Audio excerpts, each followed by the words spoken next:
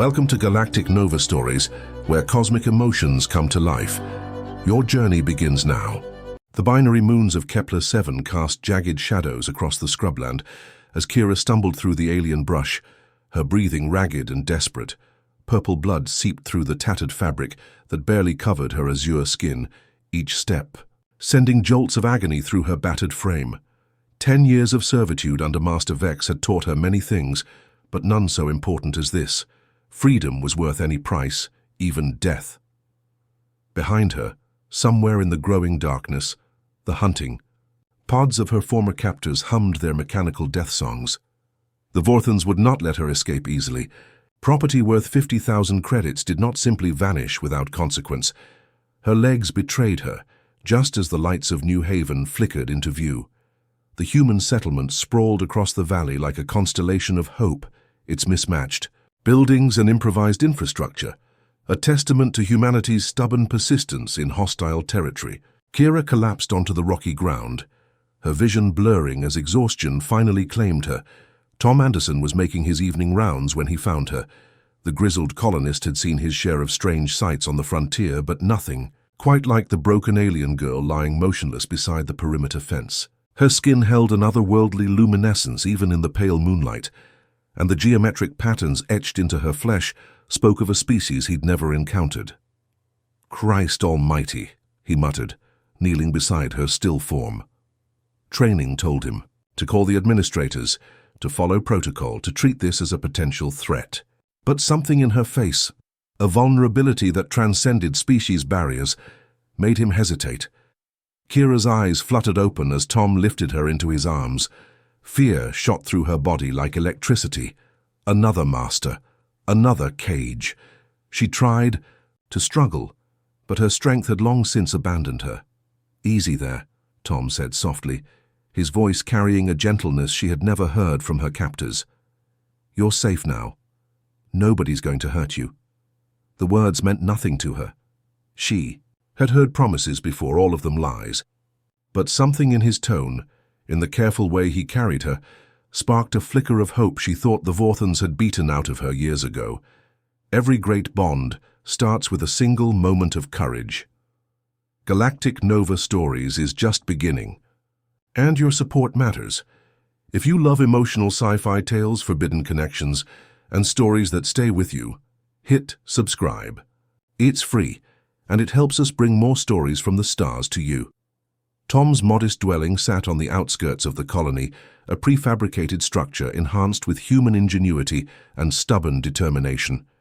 He laid Kira on his own bed, then busied himself gathering medical supplies. His hands shook slightly as he worked.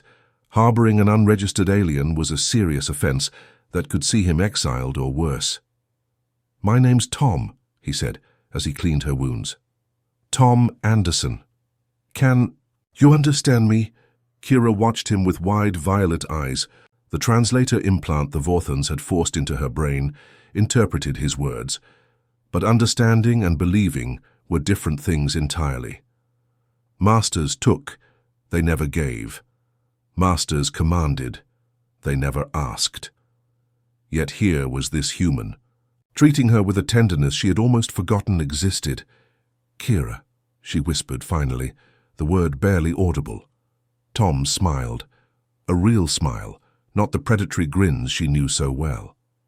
"That's a pretty name. Well, Kira, you're welcome to stay here as long as you need.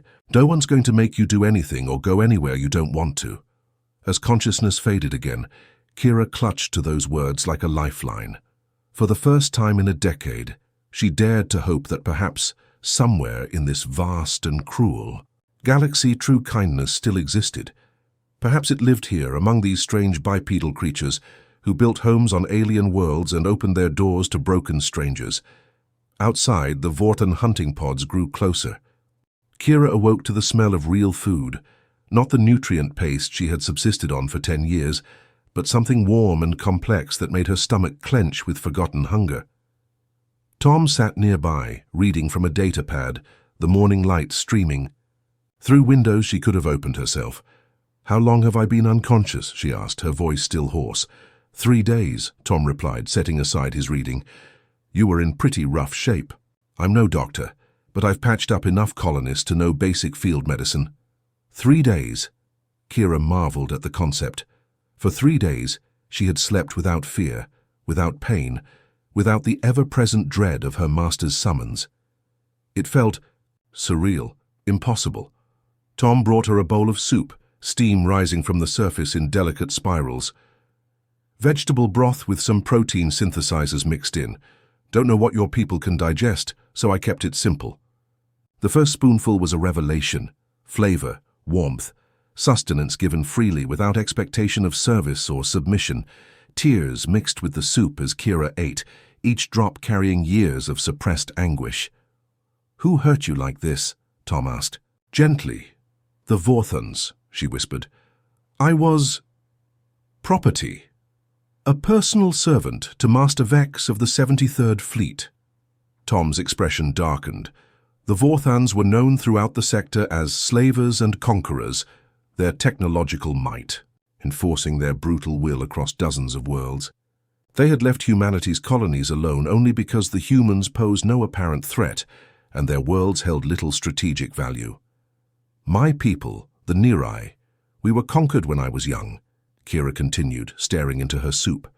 "The strong became soldiers, the intelligent became workers, and the rest and we became possessions."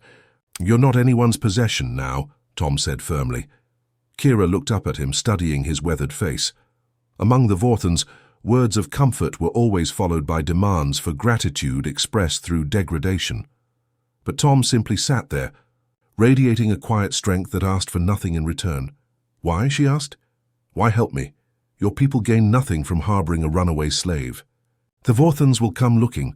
They always do." Tom was quiet for a long moment, considering his answer. Maybe because it's the right thing to do. Maybe because nobody deserves to live in chains. Or maybe because my grandpa always told me that the measure of a man or a species, I suppose, is how they treat folks who can't defend themselves. The concept puzzled Kira. In her experience, strength determined status and status determined worth. The weak served the strong. This was the natural order that governed every society she had known. Yet here was this human, defying convention by showing kindness to someone who could offer him nothing. "Tell me about your people," she said. "About humans," Tom chuckled. "We're a stubborn lot, I'll give you that. Maybe too stubborn for our own good sometimes. We've only been out among the stars for about 2 centuries, which makes us newcomers by most standards. But we've got this habit of refusing to quit, even when common sense says we should." He gestured toward the window, where the colony sprawled beneath alien skies. "Take this place. New Haven. When we first arrived, the atmospheric processes failed. The crops wouldn't grow, and half the colonists died in the first winter. By all accounts, we should have packed up and left. Instead, we dug in deeper. And you survived." Kira observed. "More than survived, we thrived. That's what humans do. We adapt, we endure, and we look out for each other. Family isn't just blood relations for us. Sometimes it's the stranger who needs help, the neighbor who's down on their luck, or in this case, a girl from the stars who just needs someone to show her basic decency." That night, as Kira lay in a real bed with clean sheets and no locks on, the door, she pondered Tom's words. She had spent so long believing that compassion was weakness, that kindness was a luxury only the strong could afford. But perhaps she had been wrong. Perhaps there was strength in gentleness, power in protection. Outside her window she could see the lights of the colony, each one representing another human who had chosen to make a home on this distant world. Tomorrow, she would have to face the reality of her situation. The Vortons would come, and when they did, these kind strangers would be forced to choose between their safety and her freedom. She prayed they would choose wisely and abandon her to her fate. But deep in her heart, she suspected that humans were far too stubborn to make the sensible choice. Recovery brought awareness, and awareness brought observation. As Kira grew stronger, she began to notice things about human society that defied everything she understood about civilization. The colonists worked not through fear or coercion, but through voluntary cooperation that seemed to emerge naturally from their very beings. She watched from Tom's window as neighbors helped repair a damaged atmospheric processor without being commanded or compensated. Children played together, regardless of their parents' status or profession. Adults shared resources during shortages with an equity that would have been considered madness among the rigidly hierarchical Vorthans. "Your species confuses me," she told Tom one morning as they shared breakfast. "How so?" "You have no caste system, no breeding programs to ensure genetic superiority, no punishment collars or submission protocols. How do you maintain order?" Tom paused his eating, considering the question seriously. "I suppose we don't in the way you mean. We maintain cooperation because we want to, not because we have to. But someone must rule. Someone must enforce compliance with social directives." "Well, we have administrators and elected officials," Tom admitted, "but their job is more to coordinate than to control. See, we learned something long ago back on Earth. Forcing people to obey through fear works in the short term, but it breeds resentment and rebellion. True strength comes from people choosing to work together." Kira shook her head in bewilderment. Among the Vorthans, hierarchy was absolute. The strong ruled through superior technology and brutal enforcement. Their empire spanned thousands of worlds precisely because they understood that might made right. "How did your people ever survive contact with more advanced species?" she asked. "Same way we survived on this planet, I suppose. We're too stupid to quit and too stubborn to surrender." That afternoon, Tom took her to meet Administrator Lisa Kane, a middle-aged woman whose easy smile masked a core of tungsten steel. Lisa listened to Kira's story without judgment, asking only practical questions about Vorthan capabilities and likely response protocols. "So they'll come looking for you," Lisa summarized. "Yes, Master Vex does not tolerate the loss of valuable property." "Well, that's their problem," Lisa said matter-of-factly. "You're not property anymore. You're a resident of New Haven, and we protect our residents." "You don't understand," Kira said urgently. "The Vorthans have weapons that could level this entire colony. Their technology is centuries beyond yours. They could obliterate every living thing here without breaking formation." Lisa nodded thoughtfully. "Probably true. But here's the thing about humans, Kira. We've never been good at accepting probably true as the final word on anything. That evening brought the first signs of trouble. Long-range sensors detected ships entering the system, their energy signatures matching Vorthan military vessels. Tom found Kira on his porch, staring up at the stars where her tormentors approached. "I should leave," she said quietly. "Turn myself in before they take their anger out on innocents." "Like hell you will," Tom replied, settling beside her on the bench. "Besides, it's too late for that. Those ships, they're broadcasting demands for your return, but they're not offering clemency to anyone who harbored you. Far as they're concerned, we're all complicit now. Then I've doomed you all." Tom was quiet for a moment, then spoke with quiet conviction. "Let me tell you something about humans, Kira. We've got a saying: give me liberty or give me death. Some folks think it's just pretty words, but they're wrong. When pushed into a corner, when forced to choose between freedom and safety, humans choose freedom every single time, even when it's stupid. Especially when it's stupid." "Why?" she whispered. "Because once you start compromising on what's right, there's no end to it. Today it's you. Tomorrow it's someone else. Eventually it's all of us. Better to make a stand and fight, even against impossible odds." Above them, the stars seemed to pulse with malevolent intent as the Vorten fleet drew closer. Kira felt the familiar weight of despair settling on her shoulders, but this time it was different. This time she wasn't alone. Around her, an entire community of humans prepared to risk everything for a stranger, simply because it was the right thing to do. She finally began to understand what Tom meant about human stubbornness. It wasn't just refusal to quit. It was refusal to accept that some things were impossible. If the universe said they couldn't protect her, they would prove the universe wrong. The Vorthans were about to learn a very painful lesson about underestimating human determination.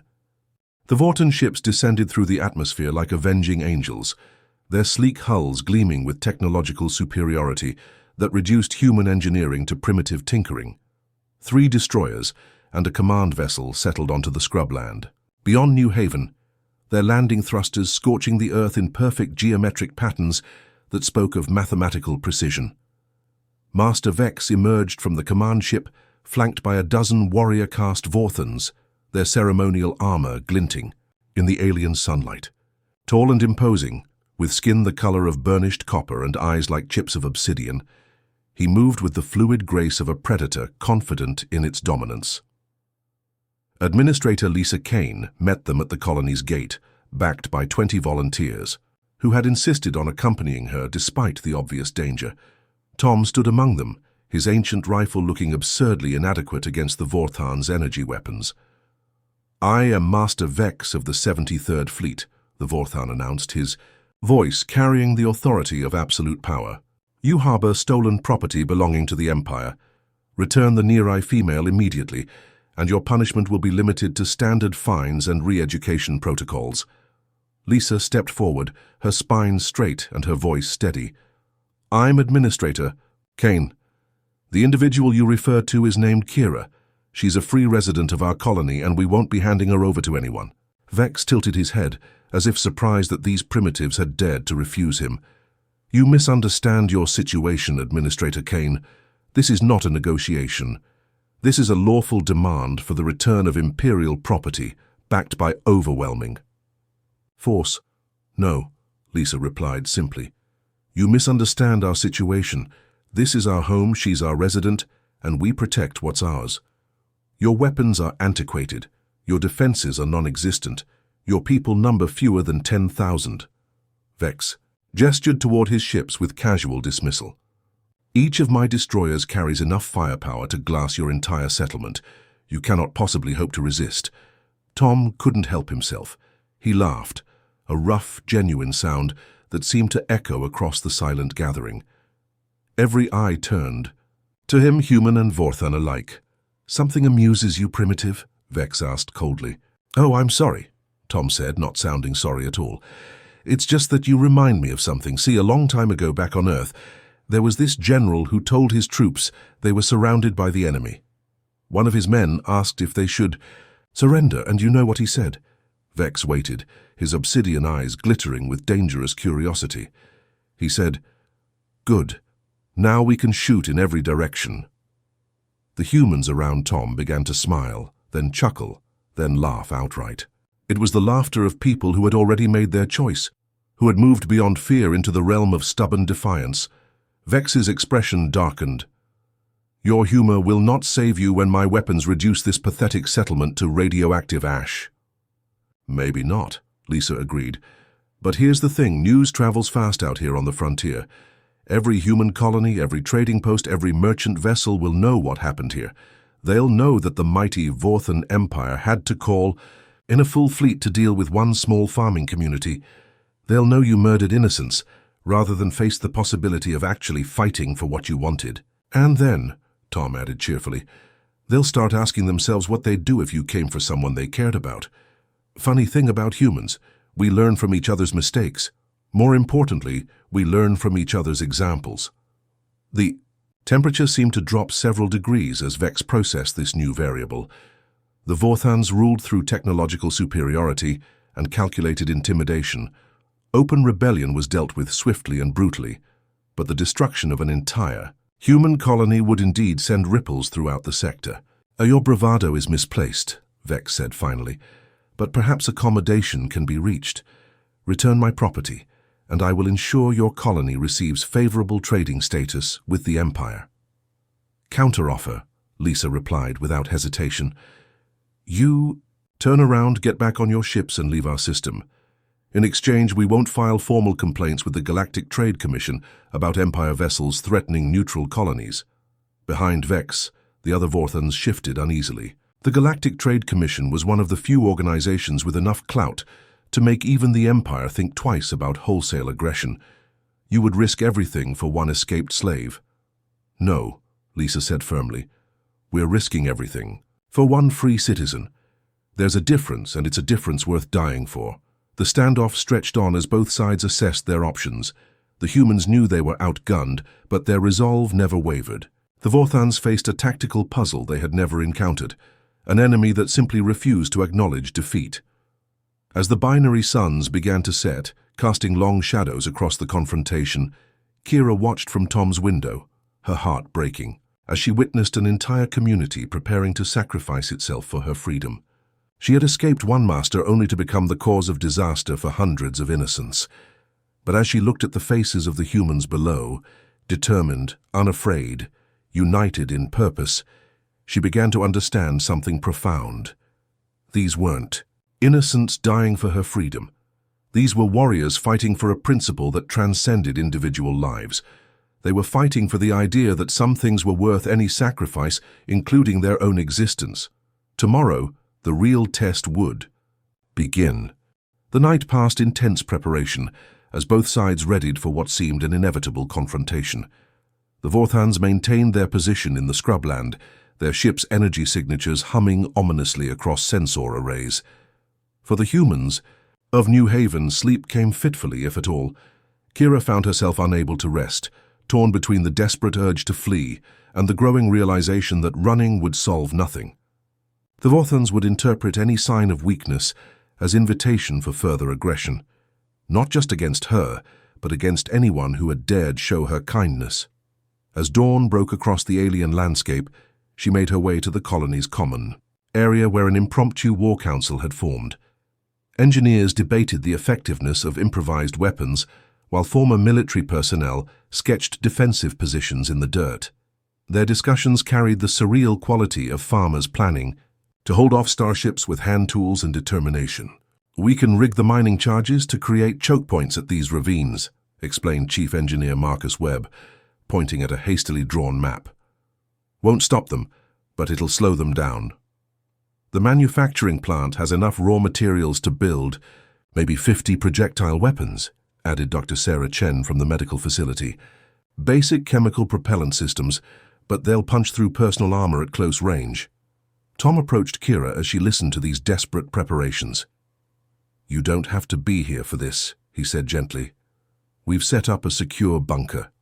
In the eastern sector, you'll be safe there." "Safe while you all die for my freedom?" Kira shook her head. "No, I've spent 10 years hiding from my problems. I won't start now." Administrator Kane looked up from her discussion with the colony's security chief. "Kira's right to be here. This stopped being just about her the moment Vex threatened our people. This is about what kind of community we are." A young colonist burst into the room, chest heaving from exertion. "Ma'am, the Vorthans are moving. 3 squads advancing on the northern perimeter." Through the windows, they could see the alien warriors moving with mechanical precision across the landscape. Their armor gleamed like liquid metal in the morning light, and the energy weapons they carried pulsed with barely contained power. "Positions, everyone," Kane ordered calmly. "Remember, we're not trying to win a conventional battle. We just need to make them understand that taking this colony will cost more than they're willing to pay." The colonists dispersed to their assigned positions with remarkable calm. Farmers, mechanics, teachers, and medics transformed themselves into defenders through sheer force of will. Kira marveled at the transformation. These people had no military training, no advanced weapons, no hope of victory in traditional terms, yet they moved with purpose and determination. The first exchange came at the northern gate. Vorthan energy. Beams lit up the morning air, precise and deadly, while human projectile weapons answered with sharp cracks and clouds of smoke. The technological disparity was immediately apparent. Where Vorthan weapons left clean holes through metal and stone, human bullets merely dented alien armor. But the humans had advantages the Vorthans hadn't anticipated. They knew every inch of their terrain, every building and utility tunnel. When direct confrontation proved futile, they melted into the colony's infrastructure like water finding cracks in stone. "This is absurd," Tom muttered, as he and Kira crouched behind an overturned vehicle, energy beams sizzling overhead. "We're fighting a war with farm equipment against beings who travel between stars." "Yes," Kira agreed, "and somehow you're holding them off." It was true. Despite their overwhelming technological advantage, the Vorthan advance had stalled. Every building became a fortress, every alley a potential ambush site. The humans fought with a flexibility that confounded their enemies, appearing from unexpected directions to strike at vulnerable flanks before vanishing again. Hours passed. Vorthan frustration mounted as their methodical advance turned into a grinding urban conflict. These primitives refused to fight by the established rules of conquest. Instead of massing for decisive battle, they scattered like seeds on wind, striking wherever opportunity presented itself. "Incoming!" someone shouted. A Vorthan air support vehicle screamed over the colony, its weapon systems charging for a devastating, strafing run. This would be the end. No amount of human stubbornness could stand against aerial bombardment, but as the craft lined up for its attack, explosions blossomed along its hull. The humans had rigged the colony's communication towers with jury-rigged defensive systems, turning civilian infrastructure into improvised anti-aircraft batteries. The Vorthan craft spiraled out of control and crashed into the scrubland beyond. The settlement. The psychological impact was immediate. For the first time in the battle, Vorthan voices carried notes of uncertainty and anger rather than confident superiority. "Impossible," Kira whispered. They actually brought down a Vorthan. Interceptor with mining equipment and communication relays. Tom grinned through the dirt and sweat covering his face. "Told you we were too stupid to quit." As afternoon shadows lengthened across the battle-torn colony, both sides reassessed their positions. The Vorthans maintained their technological supremacy, but the cost of their advance had been higher than anyone anticipated. Human casualties were mounting, but their spirits remained unbroken. In the command ship overlooking the battlefield, Master Vex faced a dilemma no Vorthan military doctrine had prepared him for: how to deal with an enemy that simply refused to acknowledge defeat. The battle's rhythm changed with the dying light. Where morning had brought disciplined Vorthan advances, met by desperate human resistance, evening descended into a chaotic melee that favored neither superior technology nor intimate knowledge of terrain. The colony had become a maze of rubble and improvised fortifications where every corner might hide either friend or foe. Kira moved through the chaos with Tom and a small group of colonists, their mission simple yet vital: evacuate wounded civilians. From the medical center before Vorthan forces reached it, Dr. Chen had refused to abandon her patients, and someone needed to get them to safety. "The main corridor's blocked," reported Jake, a young engineer whose left arm was wrapped in makeshift bandages. "Vorthans have it locked down tight." "Then we go through the maintenance tunnels," Tom decided. "It'll be cramped, but we can reach the medical wing from below." They descended into New Haven's utility systems, a network of passages that had been expanded and modified by generations of colonists who believed in being prepared for any emergency. The tunnels carried the sense of human habitation, ozone from power conduits, recycled air from ventilation systems, and the faintest hint of the algae tanks that supplemented the colony's food supply. "How are your people managing this?" Kira asked as they crawled through a particularly narrow section. "Every simulation I've seen shows human resistance collapsing within hours against Vorthan forces. Simulations probably assume we'd fight like a proper military," Tom replied, his voice echoing in the confined space. "Problem is, we're not proper military. We're farmers, mechanics, shopkeepers, and teachers who got really angry really fast." They emerged in the medical center's basement to find organized chaos above. Dr. Chen directed a steady stream of volunteers as they moved patients to more secure areas, her calm professionalism an anchor of stability in the surrounding madness. "About time," she said as Tom's group appeared. "I've got 12 patients who can't be moved safely without stretchers and proper support." The evacuation proceeded with methodical efficiency, despite the sounds of battle drawing ever closer. Kira found herself helping to carry an unconscious colonist, a woman whose injuries spoke of direct contact with Vorthan energy weapons. As they navigated the tunnels with their precious cargo, she marveled at the human capacity for sacrifice. "This woman, you don't even know her name, do you?" she asked Jake. "Sure I do. That's Mrs. Rodriguez, runs the primary school, makes the best apple pie on the planet." He adjusted his grip on the stretcher. "She was covering some kids when the fighting reached the residential sector. And you'd risk your life for someone whose only connection to you is geographic proximity?" Jake looked at her with genuine confusion. "Of course. She's one of us." That simple phrase, "she's one of us," crystallized something Kira had been struggling to understand. Human social bonds weren't based on hierarchical status or genetic optimization like Vorthan relationships. They were built on shared experience, mutual support, and the radical idea that every individual life had inherent value. Above them, the battle raged with increasing desperation. The Vorthans had brought up heavier weapons, and sections of the colony now glowed with the distinctive orange light of molecular disintegrators. But for every building they collapsed, the humans seemed to find new ways to strike back. "Sir," one of Vex's subordinates reported over the comm channel that Kira's enhanced hearing could detect, "the primitives have somehow weaponized their industrial fabricators. They're producing new armaments faster than we can neutralize their manufacturing capacity."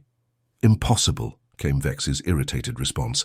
"Their technology is barely beyond chemical combustion." "Nevertheless, sir, they've fitted their construction vehicles with improvised armor and weapons.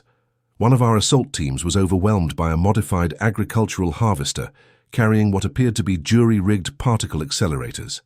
Kira almost laughed at the absurdity of it. The humans were quite literally beating plowshares back into swords, transforming every piece of civilian equipment into instruments of war. Their engineering might be primitive by galactic standards, but their ingenuity was proving more than adequate to the task. They reached the eastern bunker complex as night fell completely. The evacuated patients were transferred to proper medical facilities, while the volunteers prepared for another foray into the battle zone. Tom checked his weapon, a projectile rifle enhanced with modifications that would have made its original. "Manufacturer weep with either pride or horror. You're going back out there," Kira observed. "Yeah, Kane's organized a night raid on their command post. Figure if we can keep them off balance long enough, maybe they'll decide this isn't worth it. The odds of success are negligible." Tom shrugged. "Maybe. But here's the thing about humans, we specialize in negligible odds." As he prepared to leave, Kira made a decision that surprised her. "I'm coming with you." "Kira, no. You don't need to risk." "Yes, I do." She took his hand, feeling the calluses earned through decades of honest labor. "For 10 years I let others determine my fate. I let fear make my choices. Tonight, I choose to fight alongside the people who showed me what freedom means." Tom studied her face in the dim light, seeing determination that matched his own. "All right then, but you follow orders and stay close. Getting yourself killed won't help anyone." They joined the assault team at the rally point, 50 humans armed. With improvised weapons and impossible determination, Administrator Kane briefed them quickly. Strike fast, hit their communications, and withdraw before the Vorthans could respond in force. As they moved out into the battle-torn colony, Kira felt something she had never experienced before, the fierce joy of fighting for a cause greater than survival. She was no longer running from her past or accepting the constraints others placed on her future. For the first time in her life, she was truly free, and she intended to help others understand what that freedom was worth. The night assault began at precisely midnight, when New Haven's defenders calculated that Vorton's sentries would be at their least alert. 50 humans, armed with ingenuity and desperation, crept through the ruins of their own colony, using familiar territory to their overwhelming advantage. Kira moved with Tom's squad through the wreckage of what had been the colony's market district. Her enhanced near-eye senses proved invaluable, allowing her to detect Vorthan movements long before human ears could register them. For the first time since her escape, her alien nature felt like a gift rather than a burden. 2 guards at the communications. "Relay," she whispered. "Standard patrol pattern, but they're scanning thermal signatures, not visual." Tom nodded and passed the information to Marcus, the engineer who had somehow transformed a mining laser into a portable weapons system. "Can you get a clean shot from the maintenance shed?" "Give me 30 seconds to recalibrate the focal array," Marcus replied, already adjusting settings on his improvised weapon. The Vorthan guards never saw their destruction coming. One moment they stood vigilant beside their advanced communication equipment. The next, superheated plasma had reduced both them and their station to constituent atoms. The strike was so swift and silent that nearby patrols remained unaware of the assault. "Phase 1 complete." Kane's voice crackled over their comm system. "All teams proceed to secondary objectives." Across the colony, similar strikes unfolded, with the chaotic precision that had become humanity's trademark. A water reclamation plant's pumping system, modified with explosive charges, demolished a Vorthan supply depot. Agricultural sprayers filled with industrial acid proved remarkably effective against alien armor. Even the colony's waste management systems had been weaponized, creating toxic clouds that forced Vorthan troops to retreat from strategic positions. But it was at the main command post where the night's true drama played out.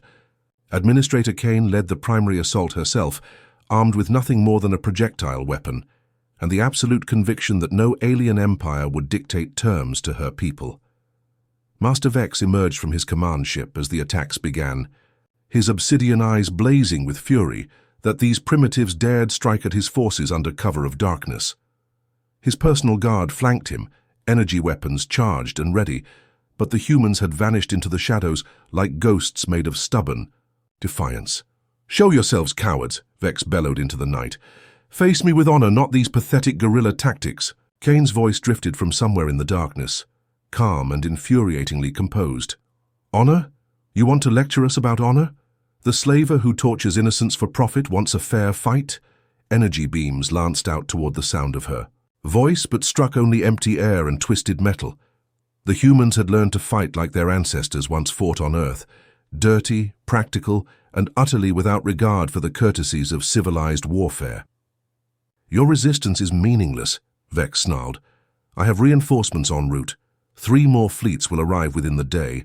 Your pathetic colony will be reduced to radioactive ash." "Maybe," Kane replied from a different position entirely. "But here's what's going to happen first. Every news outlet in the sector will know that the Vorthan Empire needed 5 full fleets to crush 1 human farming colony. They'll know you murdered civilians, because you couldn't stand the idea of losing face to primitives." An improvised explosive detonated near the command ship's landing struts, sending Vorthan warriors diving for cover.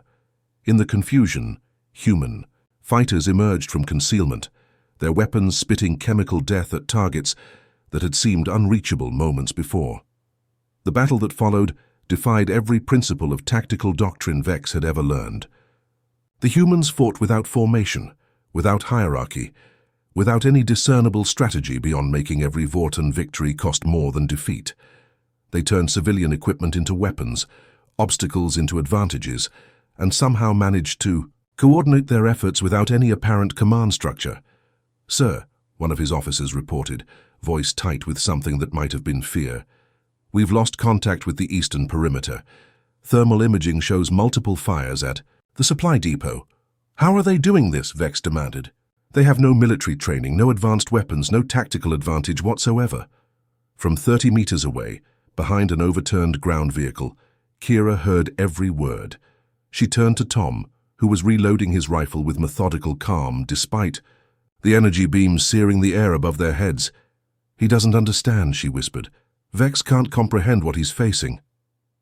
"What's that?" Tom asked, snapping his weapon back together. "An entire species that refuses to accept defeat. Among the Vortans, when superiority is demonstrated, submission follows automatically. It's hardwired into their social structure.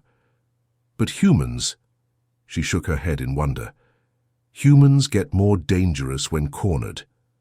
A massive explosion lit up the night as another human sabotage team succeeded in their mission.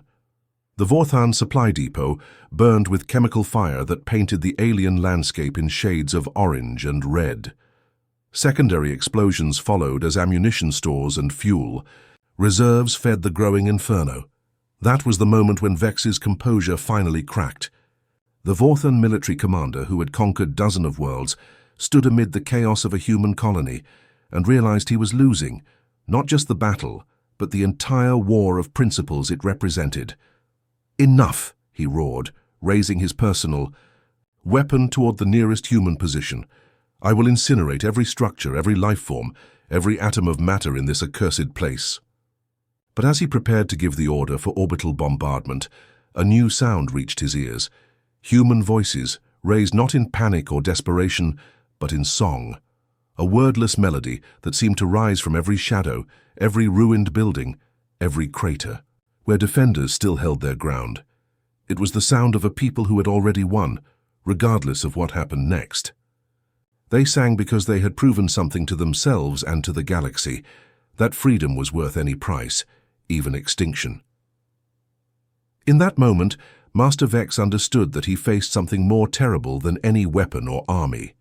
He faced an idea that could not be destroyed with energy beams or orbital bombardment. He faced the human conviction that some things were worth dying for, and that death in service of those things was victory in its truest form. The singing grew louder, and with it came a sound that chilled Vorthan blood, human laughter. The primitive. Creatures were laughing as they fought, finding joy in their defiance even as death surrounded them. For the first time in his long military career, Master Vex felt something he had never experienced before: doubt. 3 months after the Battle of New Haven, as it came to be known throughout the galaxy, Kira stood on Tom's porch watching the sunset paint alien skies in shades of gold and crimson. The colony bore scars from the conflict, rebuilt structures, stood alongside memorial gardens where friends and neighbors had fallen, but New Haven endured, as human settlements always seem to endure. The Vorthans had withdrawn after 18 hours of fighting, their withdrawal as sudden as it was complete. Master Vex's reinforcements never arrived, intercepted by Galactic Trade Commission vessels responding to emergency broadcasts that human spacecraft had somehow transmitted despite overwhelming enemy jamming. Diplomatic immunity, Administrator. Kane had explained with satisfaction. Turns out attacking neutral colonies violates about 47 different interstellar treaties. The GTC was delighted to remind the Vortans of their legal obligations, but the real victory hadn't been diplomatic. It had been the moment when Vex realized that no amount of force could break a people who simply refused to be broken. The Vortans could destroy New Haven, could kill every human on the planet, but they couldn't kill the idea that had taken root there. The idea that freedom was the birthright of every sentient being, not a privilege granted by technological superiority. News of the battle spread through the galaxy like wildfire. Other species began to whisper about the humans who had faced impossible odds and emerged victorious simply because they were too stubborn to accept defeat. The Vorthan Empire found itself questioned for the first time in centuries, their authority no longer automatically accepted by those they considered inferior. Regrets? Tom asked, settling beside Kira on the bench they had built together from salvaged materials. About which part? Escaping slavery, finding freedom, nearly getting an entire colony killed? Any of it? All of it? Kira considered the question seriously. The past 3 months had brought challenges she couldn't have imagined during her years of servitude. Learning to live without fear had proven more difficult than learning to live with it. Making choices for herself required muscles she had never exercised. Some days the weight of freedom felt heavier than chains. No regrets, she said finally. Though I sometimes wonder what would have happened if I had never escaped, if I had never brought the Vorthans here. Simple, Tom replied. You'd still be property. I'd still be just another colonist pretending that injustice isn't my problem, and the galaxy would still believe that might makes right. From inside the house came the sounds of preparation for the evening meal. 5 other former slaves now lived in the colony, refugees who had heard the story of Kira's sanctuary and made their own desperate journeys to find freedom among the humans. Each brought their own trauma, their own needs, their own stories of survival. Kira had become their unofficial advocate, helping them navigate the complexities of life in a society that valued individual autonomy above all else. It was challenging work. Decades of conditioning couldn't be erased overnight, but every small victory felt monumental. Dr. Chen thinks we should formalize the refugee program, she told Tom. Create an official status for escaped slaves seeking sanctuary. What do you think? I think humans continue to amaze me. Most species would see us as a burden, a security risk, a diplomatic complication. But here, she gestured toward the rebuilt colony, here you see us as an opportunity to prove your principles. Tom chuckled. Don't give us too much credit. We're not perfect. We make mistakes, hold grudges, sometimes act like idiots. But we've got this weird notion that if something's worth believing in, it's worth fighting for. A communication chime sounded from inside the house. Kane's voice followed, crackling through the old intercom system. "Kira, Tom, you might want to see this. A GTC courier just dropped off some interesting news from the Vorthan Empire." They found Kane in the main room, a data pad in her hands and an expression of bemused satisfaction on her face. "Seems Master Vex has been reassigned to administrative duties in the Empire's most distant sector. His superior called the New Haven incident a diplomatic miscalculation of unprecedented proportions." "And?" Kira prompted. "And the new Vorthan commander has formally recognized New Haven's status as a neutral sanctuary world. Any escaped slave who reaches our territory is automatically granted asylum under interstellar law." The implications were staggering. New Haven, a small farming colony on the edge of nowhere, had become a symbol of resistance against oppression. Their defiance had forced an empire to acknowledge the rights of those it had previously considered property. "There's more," Kane continued. 3 other human colonies have volunteered to join the Sanctuary Network. The Centauran Federation is considering similar legislation, and—" She paused dramatically. "The Nerai Homeworld government has formally thanked us for our demonstration of interspecies solidarity and hinted at possible trade agreements." That evening, as the colony celebrated this unexpected diplomatic victory, Kira found herself thinking about the journey that had brought her here.